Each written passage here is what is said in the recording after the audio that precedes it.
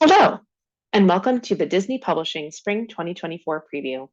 I'm Sarah Hunter, editor of the Books for Youth and Graphic Novel sections at Booklist. Before we begin, I'd like to go over some technical details. Today's slide presentation and title list were included in the reminder email you received from Zoom 1 hour ago. To download them, please open that email, scroll to the bottom, and click on the links located there. You can also download the slides and title list by typing the URL on this screen into your web browser. If you have any trouble, please contact us at webinars@booklistonline.com.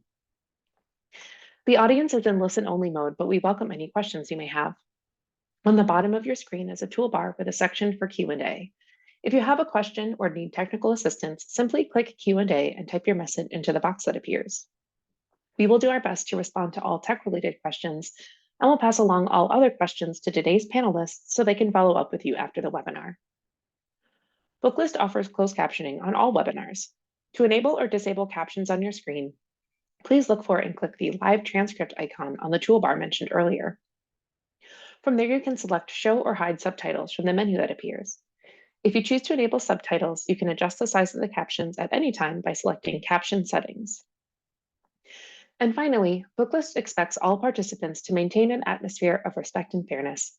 Anyone who violates the standard of behavior, including engaging in any form of harassment, may, at the discretion of the organizers, be immediately removed. Today, we have the pleasure of hearing some from amazing creators from Disney Publishing who are going to give us a behind-the-scenes look at their books, and we'll also have some read-alouds.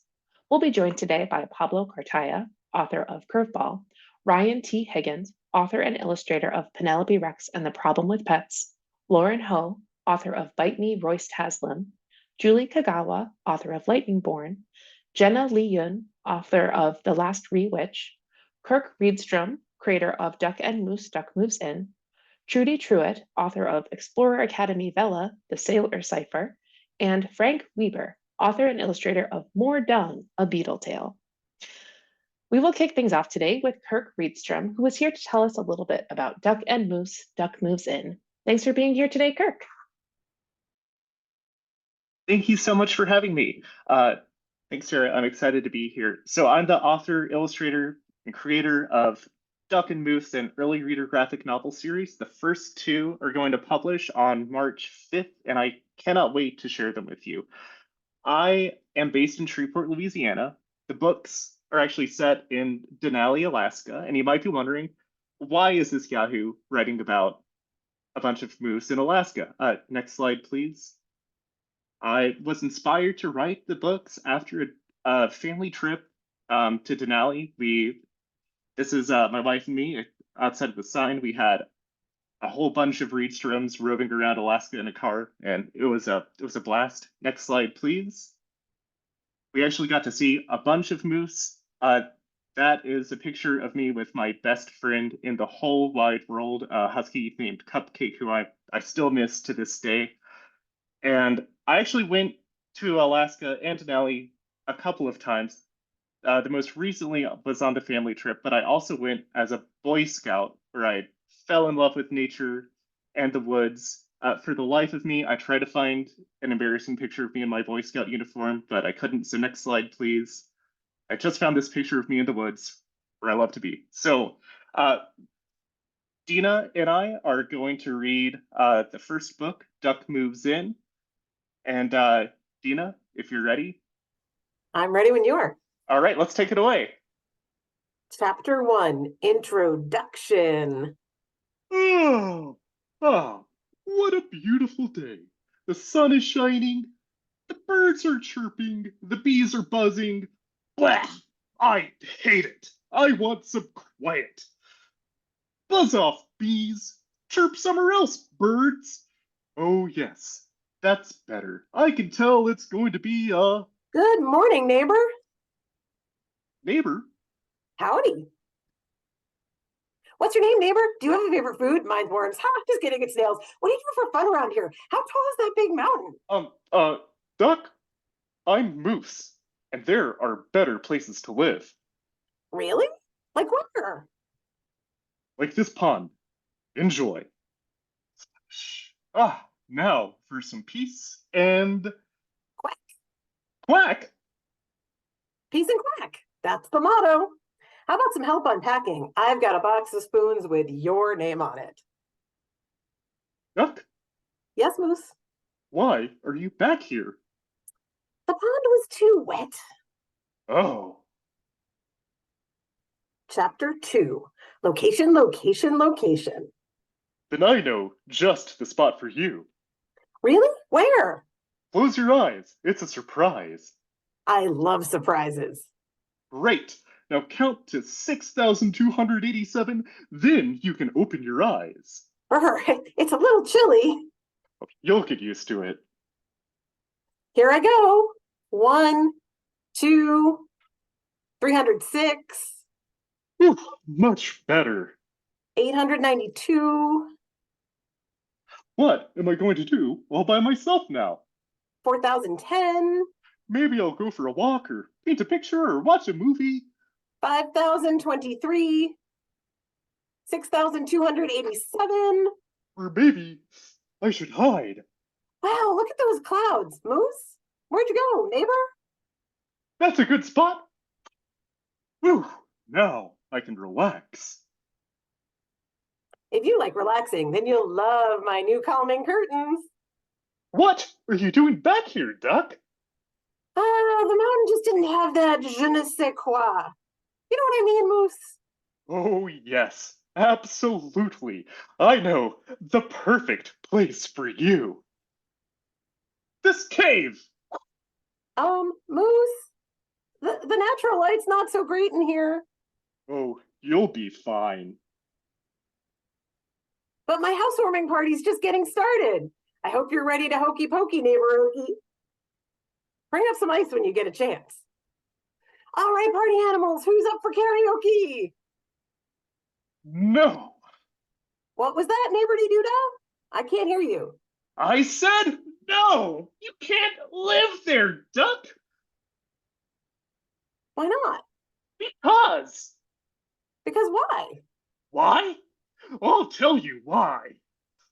Because it's my head. Oh, well, why didn't you say so? I'll live somewhere else if you feel so strongly about it. See you around, Moose. Finally, free at last. It feels so good to be alone. You said it, neighborina. Chapter 3, Return of the Duck. Hi.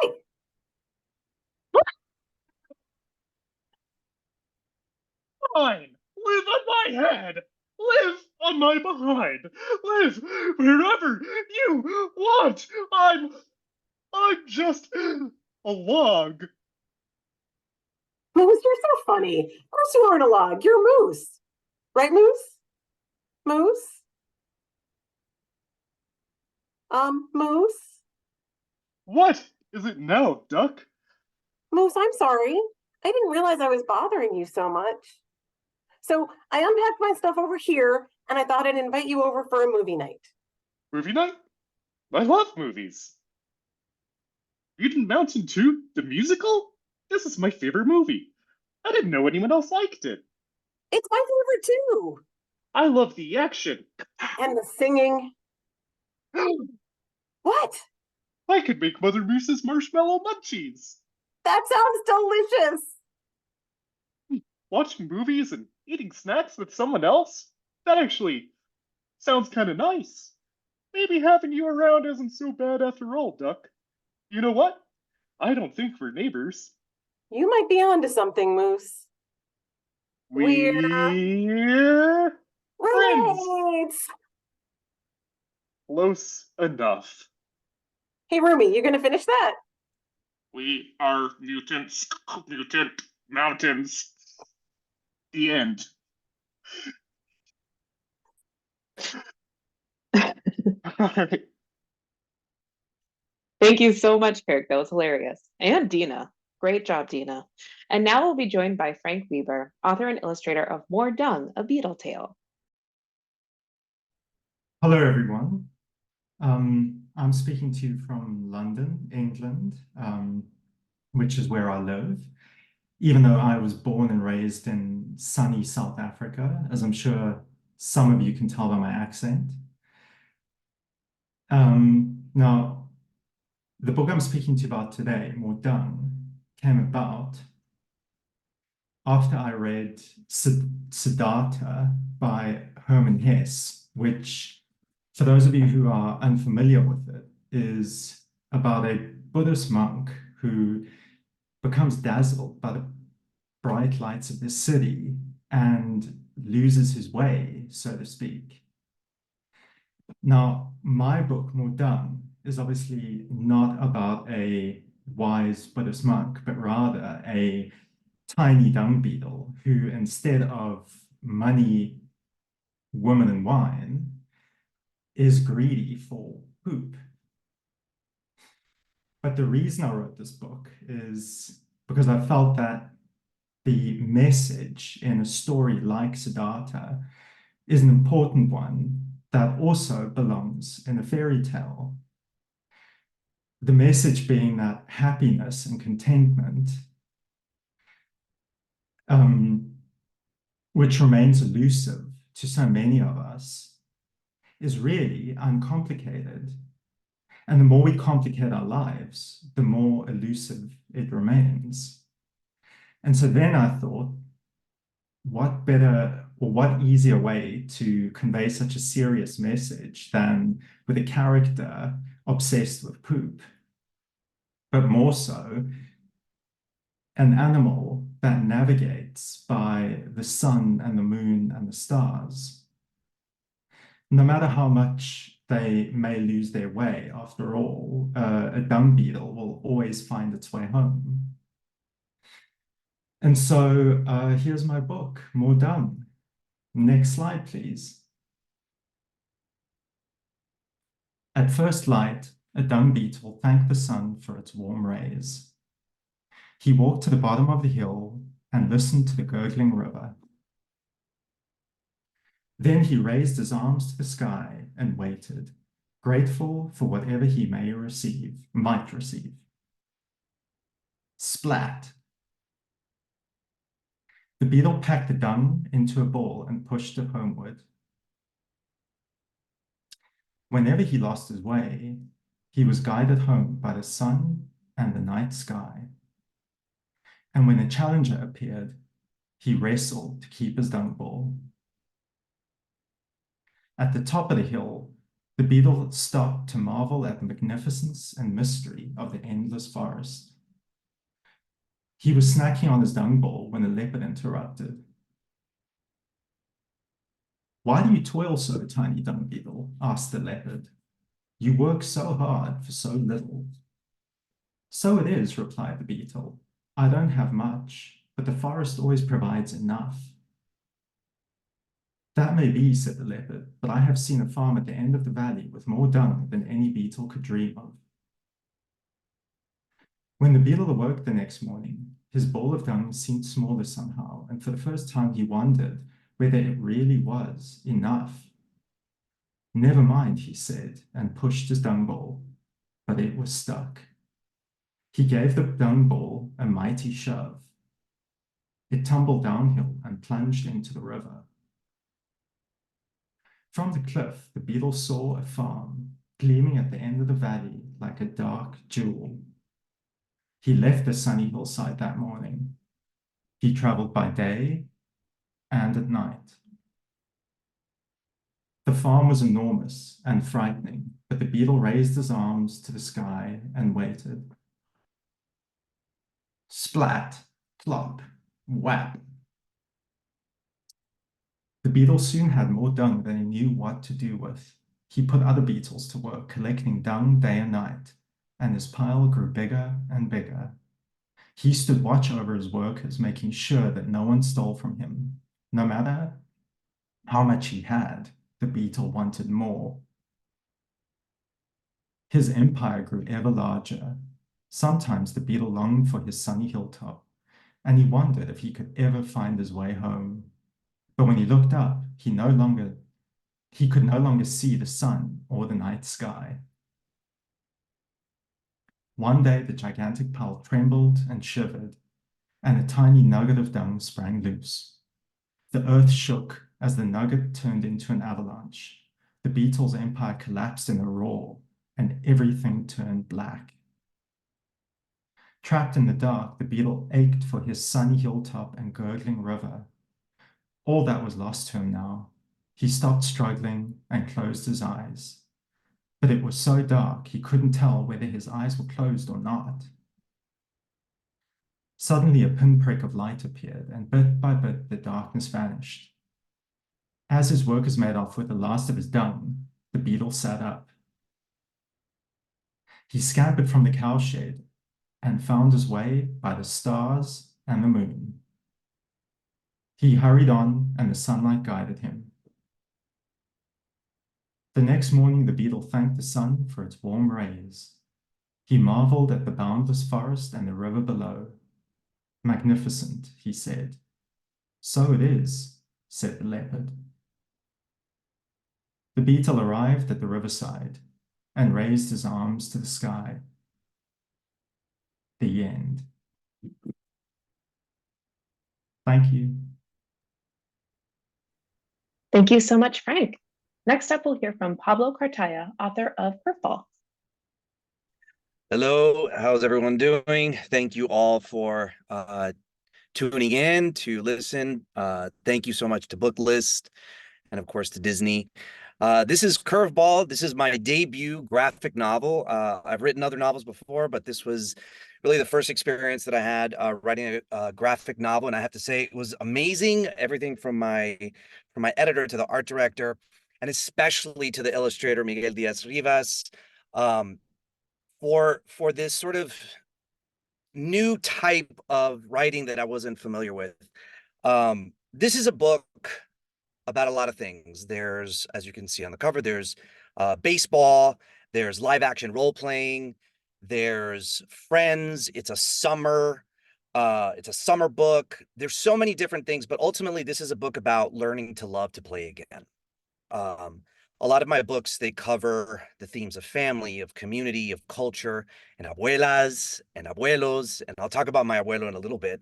But really, I wanted to start by talking about the art of collaboration, because a lot of the times I didn't really know before I started writing this book, I didn't really know what an author is supposed to do in a graphic novel, because when you turn the pages, it's all illustrations with a few lines sprinkled throughout the drawings. And when I got to thinking about what it means, it really allowed me to kind of explore the idea of how a writer and an illustrator, especially if they are two different people, how they can collaborate to make art, to make a work of literature.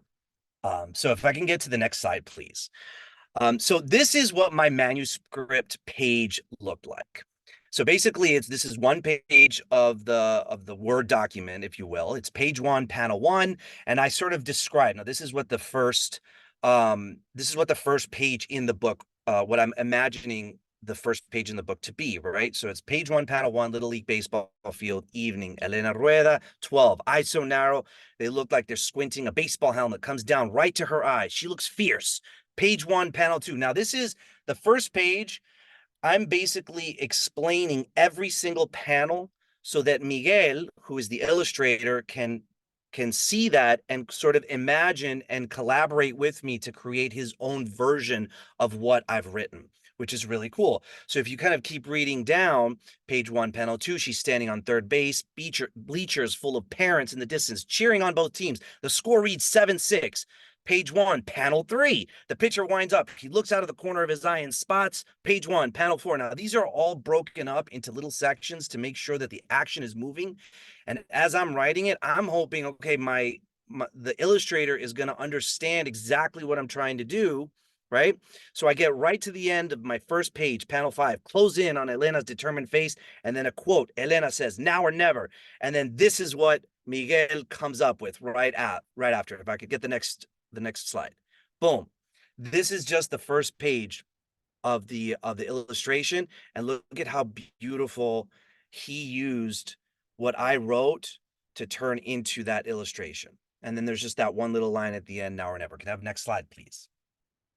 So then I have, again, my words. Now, I'm not going to read the entire thing, but essentially, if you can look a little bit closer, you can see page 2, panel 1, and then it's Elena bolts. The pitcher has launched the ball to home plate. And then right towards page 2, panel 2, in the bleachers, Elena's grandfather, Guillermo, which is, by the way, my own dad's name, so it's just a little shout out to my puppy, stands up and cheers. He wears a jersey with the same number as Elena's number 8, which is also, by the way, my dad's baseball number in Cuba. He was the number 8, so that's another little Easter egg for my dad. Guillermo says, "Corre, Elena, corre." And so as it goes down that page, right, I have all of those directions and all of those words that I'm putting in, and then boom, Miguel, next panel, please. Miguel goes and does that, right? And it's so cool to see your words come alive with his illustrations. And I really just admire an illustrator's, and it's so cool to have so many illustrators on this panel, because I just admire what an illustrator can do with words. And it's just very, very cool. If I can get the next panel. Oh, by the way, that little picture just behind that, if I can get back. So the abuelo in that, just a little side note. So that abuelo, actually, you'll see it looks like my abuelo, but this abuelo doesn't have hair. And my mom, when she saw the picture, she goes, "But abuelo had hair." I was like, "I know, but that's what the illustrator, that's what Miguel wanted to interpret." She's like, "But he had hair." And I'm like, "No, but that's what he wanted to interpret." So it's a very cool way that, like, his own interpretation, he kind of decided to make him without hair. Okay, next panel. All right, so then, I'm going to give you just one more so you can kind of get an idea. So this is like well into the book, and Elena is basically like a lot of her life revolves around baseball. She's the main character, and she's a very gifted baseball player. She gets hurt right at the beginning. She loses in her little league tournament, and it's sort of like, what is she going to do now? She doesn't have baseball for the summer because she's injured, and her younger brother Benji is a LARPer, right? He's a live action role player. And so in this panel, we kind of get an idea of like how Benji is sort of like this, he's kind of creating a different form of play than his sister who plays baseball. If I can get the next one. So you see Benji, he's in his dragon costume. And it's sort of like this whole bit here is about how Benji is free to be playing, right? And Elena's not convinced by it. And so Abuelo, what he does is he creates an opportunity for brother and sister to kind of spend some time together. And when they do, they start learning to come together. And through friendships and through family dynamics, they kind of learn to love to play and together. So if I could just get my last panel. This is me and my abuelo, and you can see that abuelo has hair here. He had hair his whole life, and he was just one of the most beautiful people on earth, and I miss him, and I love him. And when you think of collaborations, I want you to just, I'll leave you with, my abuelo was an avid baseball fan, and for his honeymoon in Cuba with my grandmother, he went to the United States in the late 40s, and he visited all the baseball parks in the Northeast, which was basically, it was only the Northeast up to the Midwest. And his favorite team were the Detroit Tigers. So Bragg's Field was his like favorite baseball. So this is my abuelo and abuela went on their honeymoon to visit baseball parks. Thank you so much. And I hope you all enjoy the book, and thanks for having me. Thank you so much, Pablo. And now let's welcome Julie Kagawa, who will talk to us about Lightningborn. Hey everybody, I'm Julie Kagawa. Thank you for being here. So you might know me from my Iron Fey and young adult books.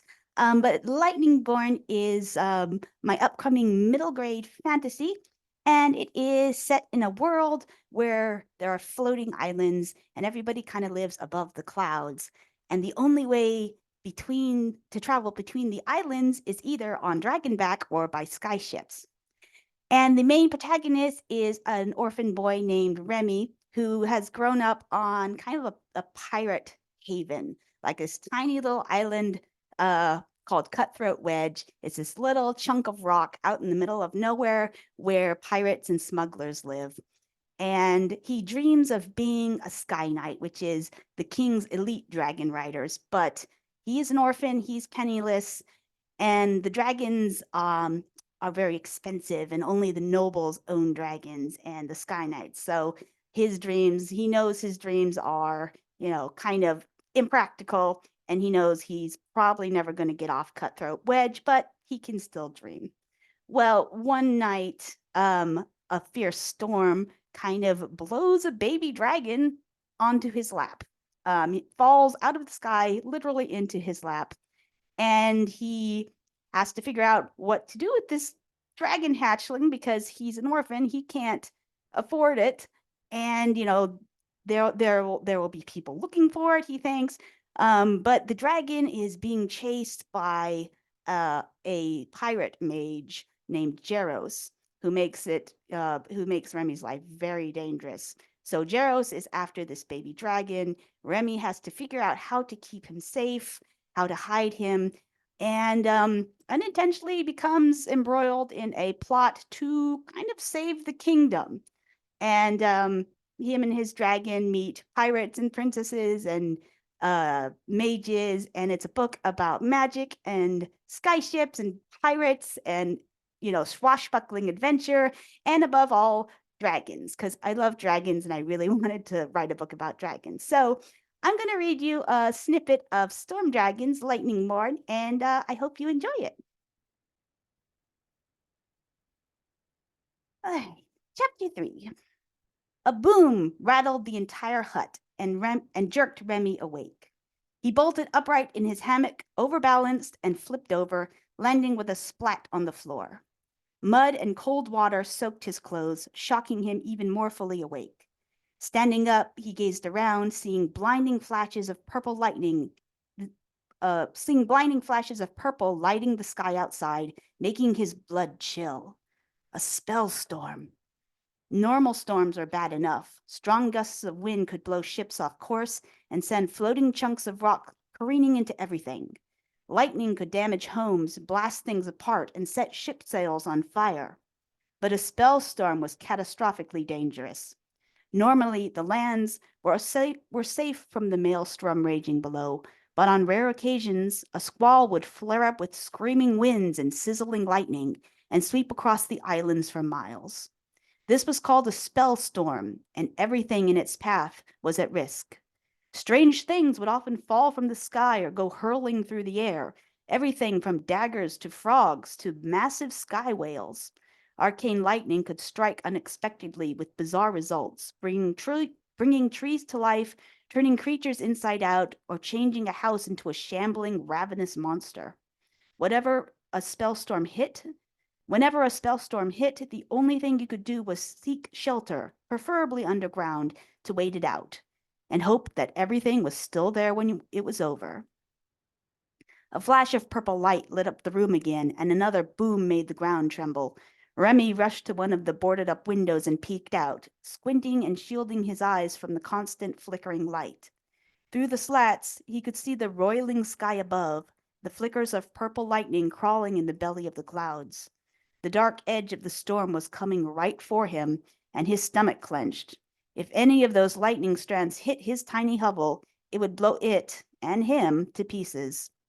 I have to get out of here. Staggering from the window, he fled outside.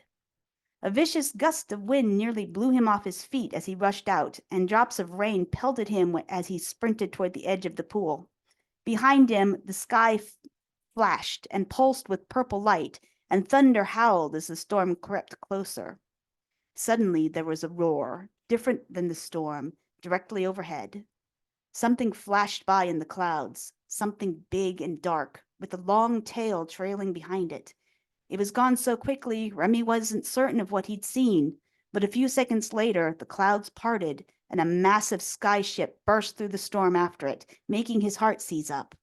The hull of the vessel was armored and enormous, and the painted image of a terrible, grinning, sharp-toothed fish made the ship look like some huge predator itself. Remy knew this ship, if not by sight, then by reputation.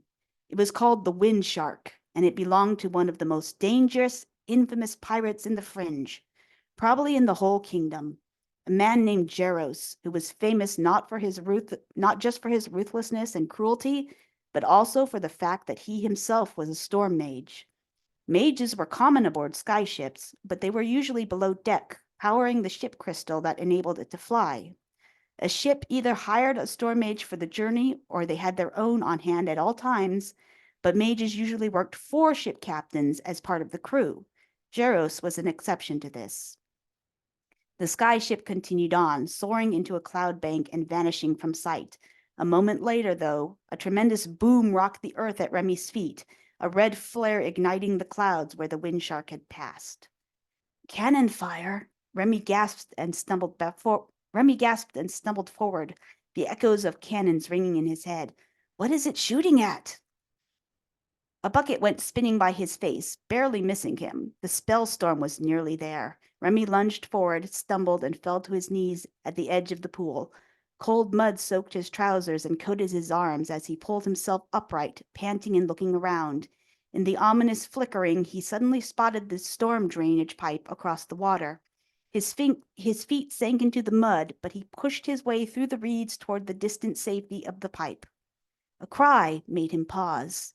It sounded like something in pain. Remy stopped, gazing around as the wind tore at him, wondering if anyone else was out in this dangerous weather. Something dark fluttered from the sky, landing with a splash in the center of the pool. And Remy's heart jumped. The creature, whatever it was, let out a cry, weakly flapping its wings against the water. It was larger than any bird he had seen, more the size of a terrier or the big scarred alley cats that prowled Beggar's Row looking for fights. The wings of this bird were also strange, smooth and almost leathery. And that's where we're ended because my time has run out. Thank you so much, Julie. Very enticing sample.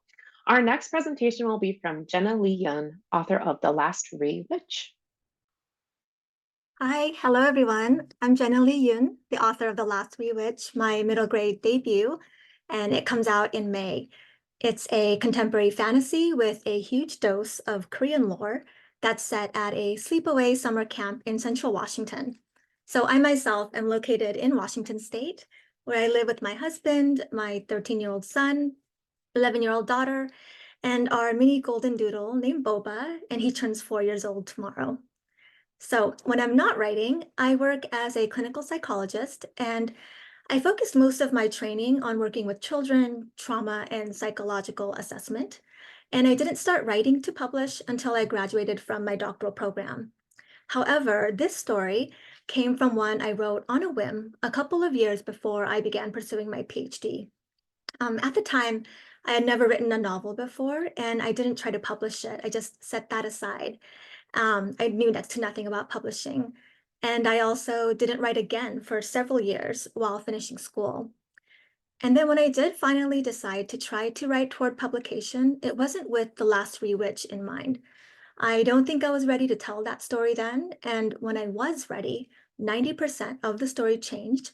And those necessary changes wouldn't have been made had I attempted to write this earlier.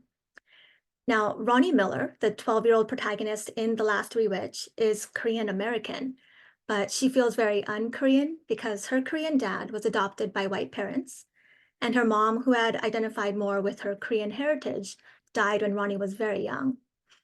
Although my situation is different from Ronny's, a lot of who she is and her character development were inspired by my experiences as a 1.75 generation Korean American. Next slide, please. So I immigrated to America right before I turned 5 years old, which is also when Ronny lost her mom. And like Ronny, I often felt disconnected from my Korean heritage growing up. So I learned English quickly, as you do at 5, and learned to read by reading Dr. Seuss's One Fish, Two Fish, Red Fish, Blue Fish. So by the time I enrolled into kindergarten, I was already reading English, but I didn't speak it. And it wasn't that I couldn't. Rather, I had developed selective mutism, and I didn't say a single word during kindergarten that whole year at school. Now, I imagine that my 5-year-old self felt overwhelmed by how much was unfamiliar and out of my control. I was probably under a whole lot of pressure to speak English and to speak it well. And I didn't want to do it wrong or sound funny or be misunderstood. And the one thing I could control was my words. So I just held on to them a little too tightly.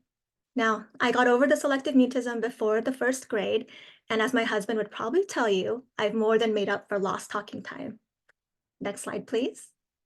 Now, in The Last RHEE WITCH, Ronny's problem is a bit different. Unlike 5-year-old me, Ronny's stress is manifested in rhyming when she speaks. It's a new problem that she developed when she turned 12. And not only is it really embarrassing, she also can't control any of it. And above all else, Ronny really likes to be in control. That's why she limits her social circle to her dad and her best friend, Jack. It's why she never takes chances and why she embraces practicality and predictability as much as she does. But then her dad makes her go to sleepaway camp at Camp Foster, where she's faced with the most impossible and unpredictable challenge: to stop a murderous tokebi, which is a Korean goblin, by teaming up with a Kijin, a Korean ghost, who was a witch when she was living. Now, Ronny must fight for her life while dealing with changing relationships, frenemies and enemies, and all while trying to get out of other life-threatening activities like the high ropes course and trust falls. Next slide, please. But it's not all terrible. There are s'mores and a water trampoline and a prickly but lovable black cat. And there's also a ghost story told around a campfire. And in fact, I like to think that The Last RHEE WITCH has the same vibes as telling scary stories at camp, with just the right amount of scary, cushioned by the warm glow of a fire, and the sense of safety from being surrounded by friends, the joy of suspending your belief, and the wanting but also not wanting for it all to be true. And of course, ultimately, the hope for a satisfying ending. That's how The Last RHEE WITCH feels to me, and I hope it's the same way for readers as well. Thank you so much. Thank you so much, Jenna. And now join me in welcoming Lauren Ho, author of Bite Me, ROYCE TASLIM.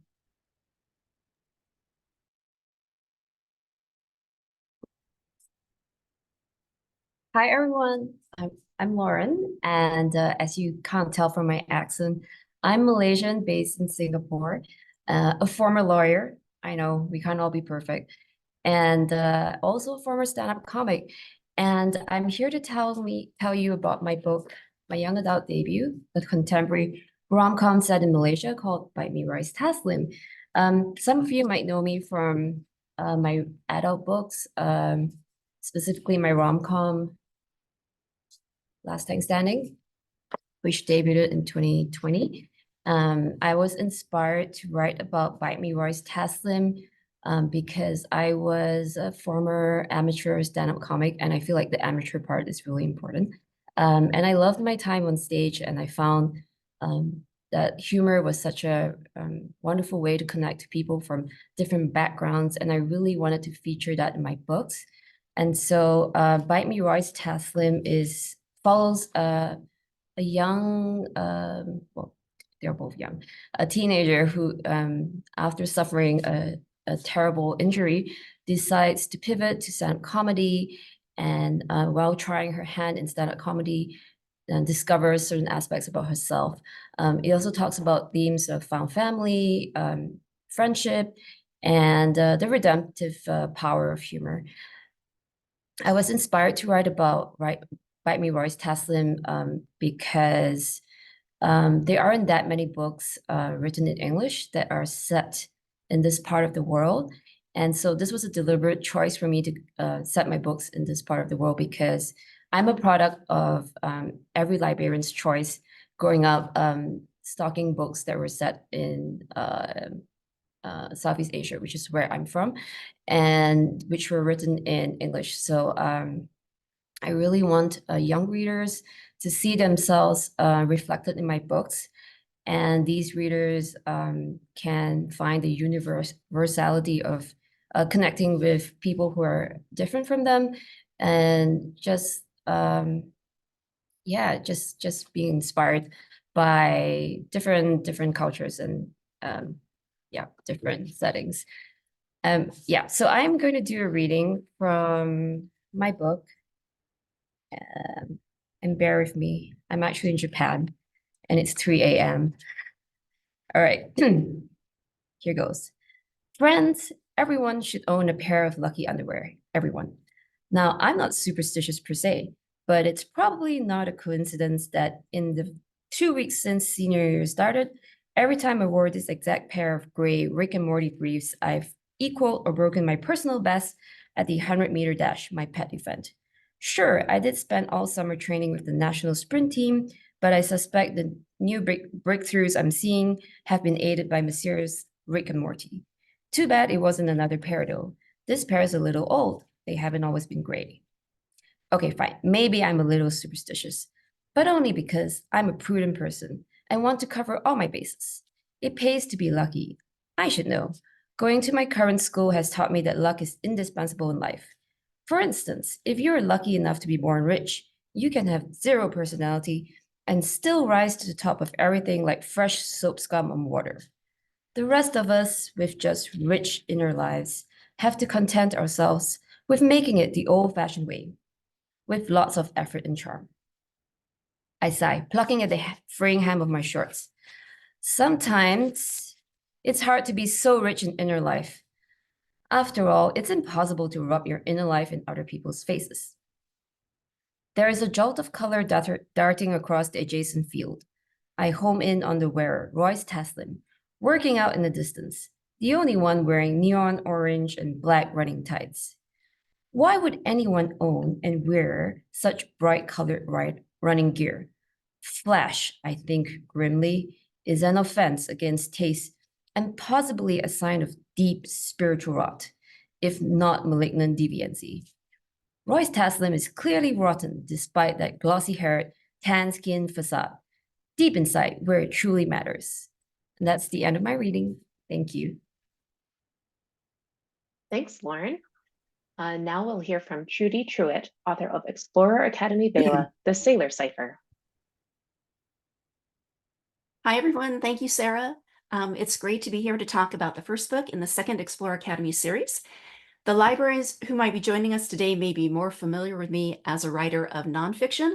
I am a huge weather nerd, and I started my publishing career writing weather and earth science books for the Franklin Watts imprint of Grolier. If you're that old, you might remember that. At around the same time, I also published my first fiction series for Penguin called Julep O'Toole. So for years, I switched between the two, writing a fiction book, then a nonfiction one, and then back to fiction.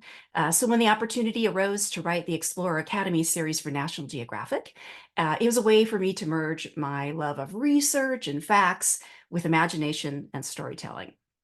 So a little about Explorer Academy. The first series, it's a fiction series featuring an international cast of middle grade kids. The students travel the world on a ship. They undertake missions to protect the planet. So they do things like help rescue whales trapped in fishing gear. They go on archaeological expeditions. They work to restore natural habitats.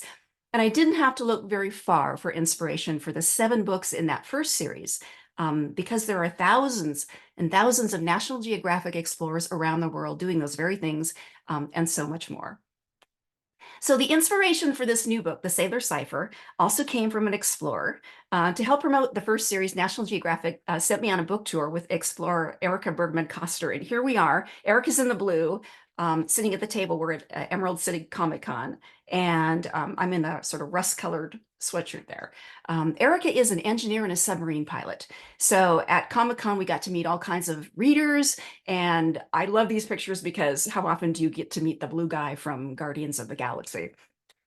So Erica and I got to talking. Here she is outside her submarine. And as we were traveling on our book tour, Erica mentioned she was going on a dive soon with her team to map the floor of the Great Blue Hole in Belize.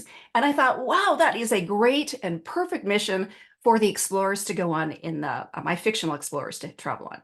But it took me 3 years to finally be able to work that into a storyline.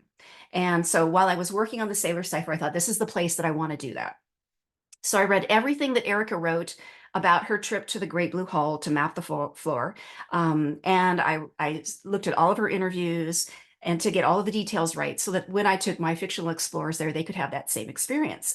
Now, Erica's dive went without a hitch, but I wanted the explorers to get into some trouble in the Great Blue Hole. So to make it more realistic as possible, I jetted Erica an email and asked her what kind of trouble could the explorers get into, that, what could go wrong at 400 feet deep. So a few days later, she called me and she said, I've had the whole boat crew working on this, and we have lots of ideas and scenarios for you of what could happen to the explorers at the bottom of the Great Blue Hole. So without giving anything away in this book, I will tell you that I definitely made it as realistic as possible, and it came right from the horse's mouth. I wanted to share a little bit about the art in this series because it is pretty amazing. Khadija Khadib is the artist on this series, and it has full color illustrations, lots of action. And in the first series, we had a male protagonist, Cruz, and in this series, the heroine is female. So it's kind of nice to be able to write about a female protagonist. Her name is Sailor York, and she's from New Zealand, and here she is swimming with dolphins. Readers of the first series might remember Sailor as a great explorer, and she's a very loyal friend to Cruz. But she does have a few surprises of her own that will launch the explorer's next grand adventure. And here's a peek into Sailor's journal. I think Khadija did just a great job with her journal. And just like in the first series, we've hidden some Easter eggs, some puzzles and story clues throughout the illustrations. So I hope that readers have fun searching for those. And also, just like the first Explorer Academy series, in the back of every book, we have a section called The Truth Behind the Fiction, where kids can meet the explorers like Erica that inspired the storyline. So that's Explorer Academy. And of course, I would be remiss if I didn't give credit to my personal assistant, Emmy the cat, who's actually right beside the computer here in my office. She's a pretty tough critic, but she's cute and she's purrs. And so far, she doesn't seem to mind at all that I'm talking to you now. She's sleeping right through it. So thank you, Booklist, and thank you, Disney, for the opportunity to share a little about the Sailor Cipher today. Thank you so much, Trudi. Our final presentation will come from Ryan T. Higgins, author and illustrator of Penelope Rex and the Problem with Pets. Take it away, Ryan. Hey, everyone. Thanks so much for being here. This is going to be my first time reading this book out loud, so I'm curious to see how it turns out. It is mine, I wrote it, but it's been a while, so I'm just going to jump right in.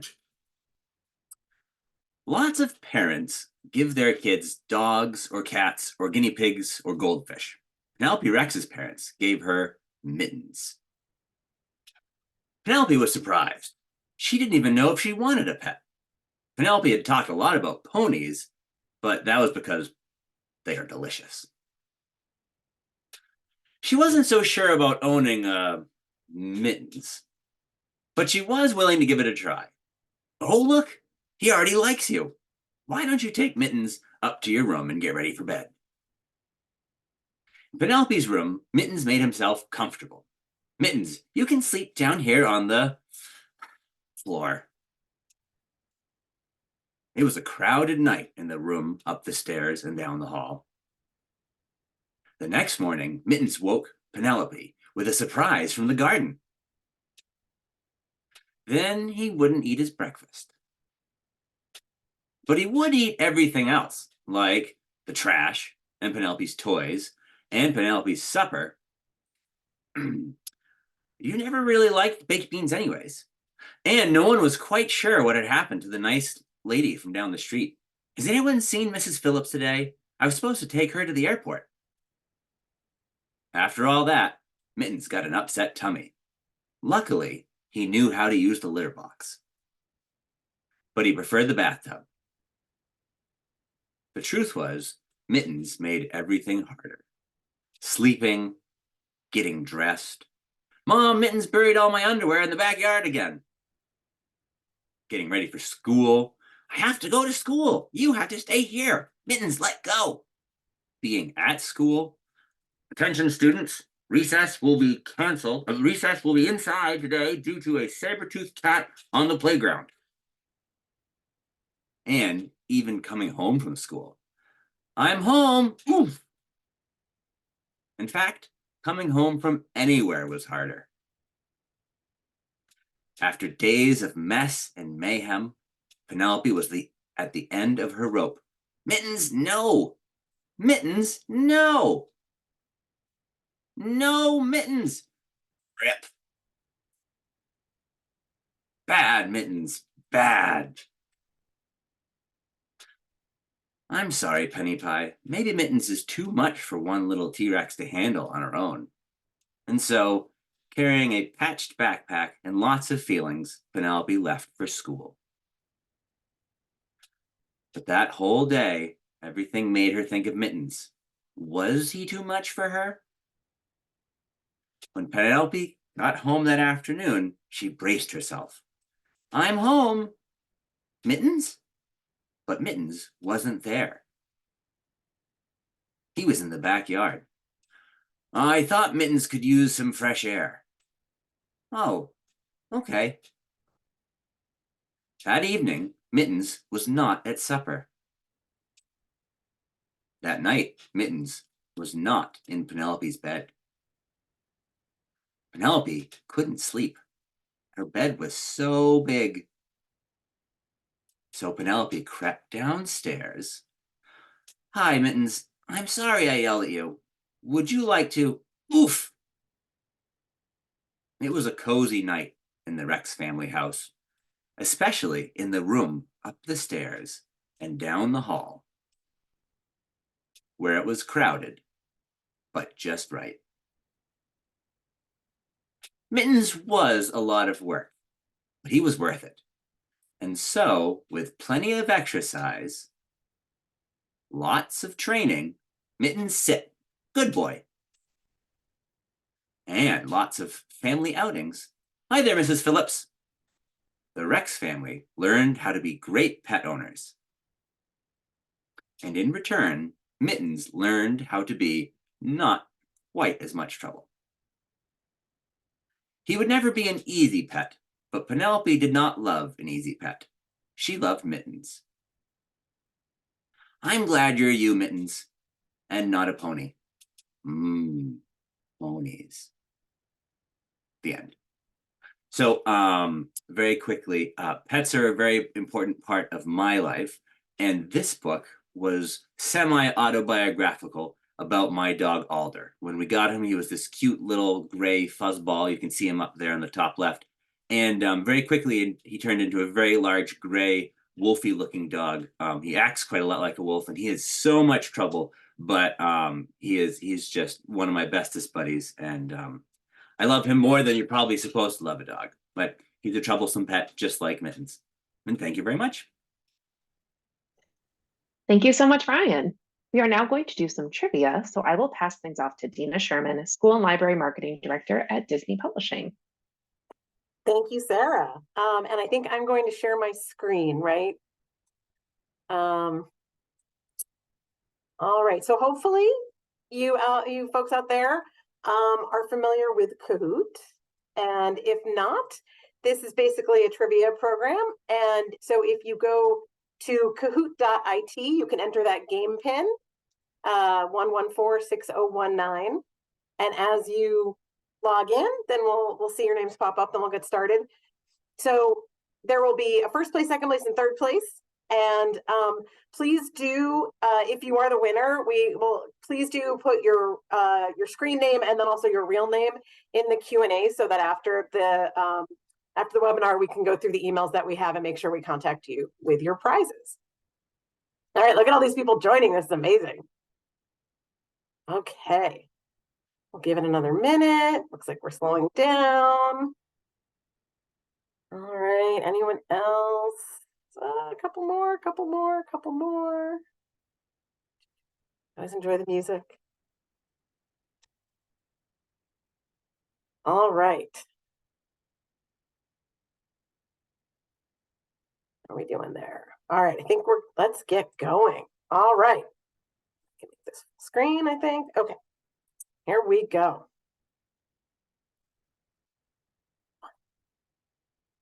All right, let's get started. All the species of birds shown throughout Duck Moves In can be found in Denali except for the trumpeter swan, the mallard, the magpie.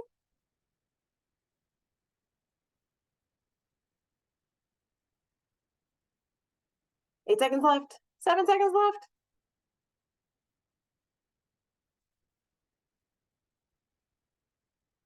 All right. All right, well done. And I realized the bottom of my screen is cut off, which is why I didn't read that one. But yes, that is good job, you guys. You know your birds.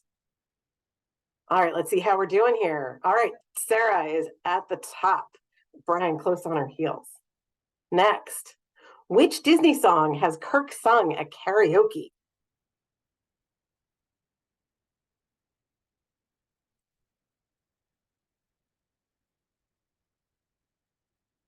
You guys are doing good. 8 seconds left. 3, 2, 1. A Whole New World. Kirk, we will not ask you to sing it right now, but It was a disaster. All right, let's see how we're doing. Oh, we have a new leader. Nathan is taking the lead. All right, next we have, what is the name of the author who wrote Siddhartha? Herman Hesse, Kurt Vonnegut, Milan Kundera, Betty Smith. 10, 11, 10 seconds left. I think you guys are going to know this one. 2, 1, and yes, Herman Hesse. Very good. All right, next up. Let's see how we're doing. Meg is taking the lead. Okay. As a child, Frank Weber was set upon by a flock of sheep, a swarm of African bees, wild dogs, or a herd of buffalo. Frank, these all sound bad, but see what people think. 5 seconds left. 3, 2, 1. Bees. Oh my God, that sounds really, really painful. And let's see how we're doing. All right, got Miriam in the lead now. 4 players just dropped their answer streak. Wow, okay. That was a tough one. What was Pablo's abuelo's favorite baseball stadium? Fenway Park, Yankee Stadium, PNC Park, or Briggs Stadium? Answers coming in. A few seconds left. 5, 4, 3, 2, 1. And the answer is yes, Briggs Stadium, formerly known as. All right, great job, you guys. You're paying attention when they were talking. That's what I like to see. All right, 7 players hitting their streak. How does Pablo begin every writing project? Playing baseball, writing on a typewriter, writing by hand, or eating ice cream? 10 seconds left. Just about all the answers in. 5, 3, here we go. Every first draft by hand. That's old school, Pablo. All right. Yep. Miriam holding on to the lead. What did Julie first want to be when she grew up? Veterinarian, a math teacher, a writer, or a dog trainer?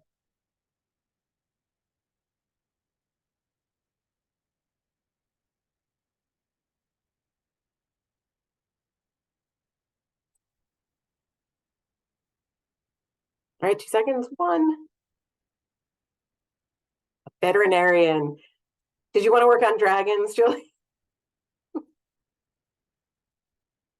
All right, how are we doing here? Miriam's still holding that lead. Okay, but Rachel F is back in the game. Which of these martial arts has Julie trained in? Kung Fu, Muay Thai, Taekwondo, or all of the above? We'll answer quickly. 10 seconds left.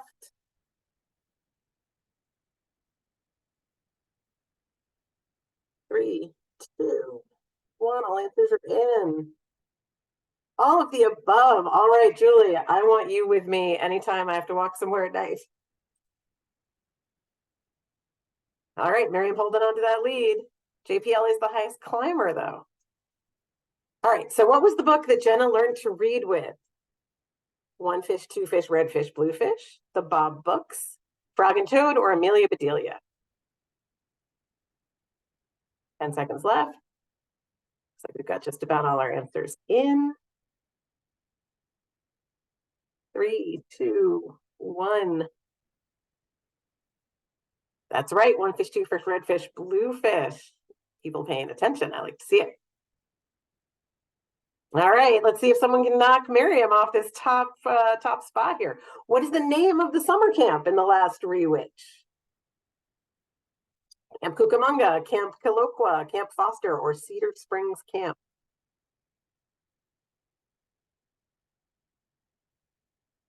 All right, less than 10 seconds left. As for people, a couple people may be skipping this one. Let's see. Camp Foster, that's right. Oh, and Lisa has knocked Miriam off first place. All right. Next, how many years did Lauren perform stand-up comedy? 5, 2, 1, or 11?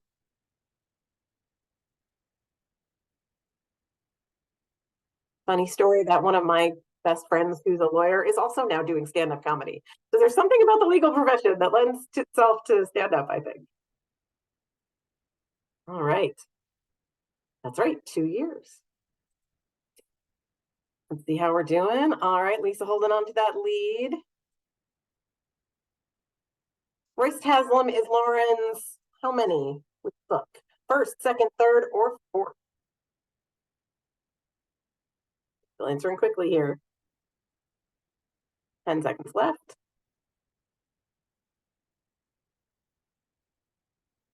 Yeah, we're all right. 3, 2, 1. That's right, third book. Okay. How are we doing on our scoreboard? All right. Yeah, we're getting close to the end here. So before becoming a children's fiction and nonfiction writer, what career did Trudi have? Teacher, event planner, weather forecaster, or interior designer? May have been a clue in what she was talking about earlier. A few more people still answering. 3 seconds left. That's right, TV weather forecaster, which sounds like a lot of fun, actually. All right, next. Counting the new Explorer Academy novel, how many books has Trudi published? 111, 41, 73, or 28? They're all high numbers, no matter which one is right. They're all impressive. Oh my goodness, they're all high numbers. Exactly, right? Trudi, when do you sleep? I managed it. Once I serve the cats, then I'm allowed to sleep. Yeah. 111, that's remarkable.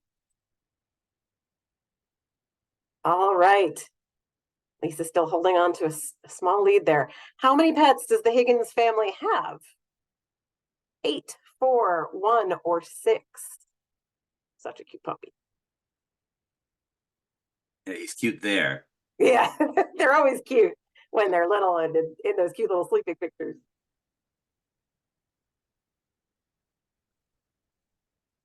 All right, and the answer is 8. Believe it or not, Ryan, you guys have a very busy household. We do. No miniature donkeys yet, though. Working on that? Are we working on that? All right, last question. Did Mrs. Phillips get eaten? It is the most important question, yes or no? People feel confident about this. The answers are flying in, I see. All right, 10 seconds left.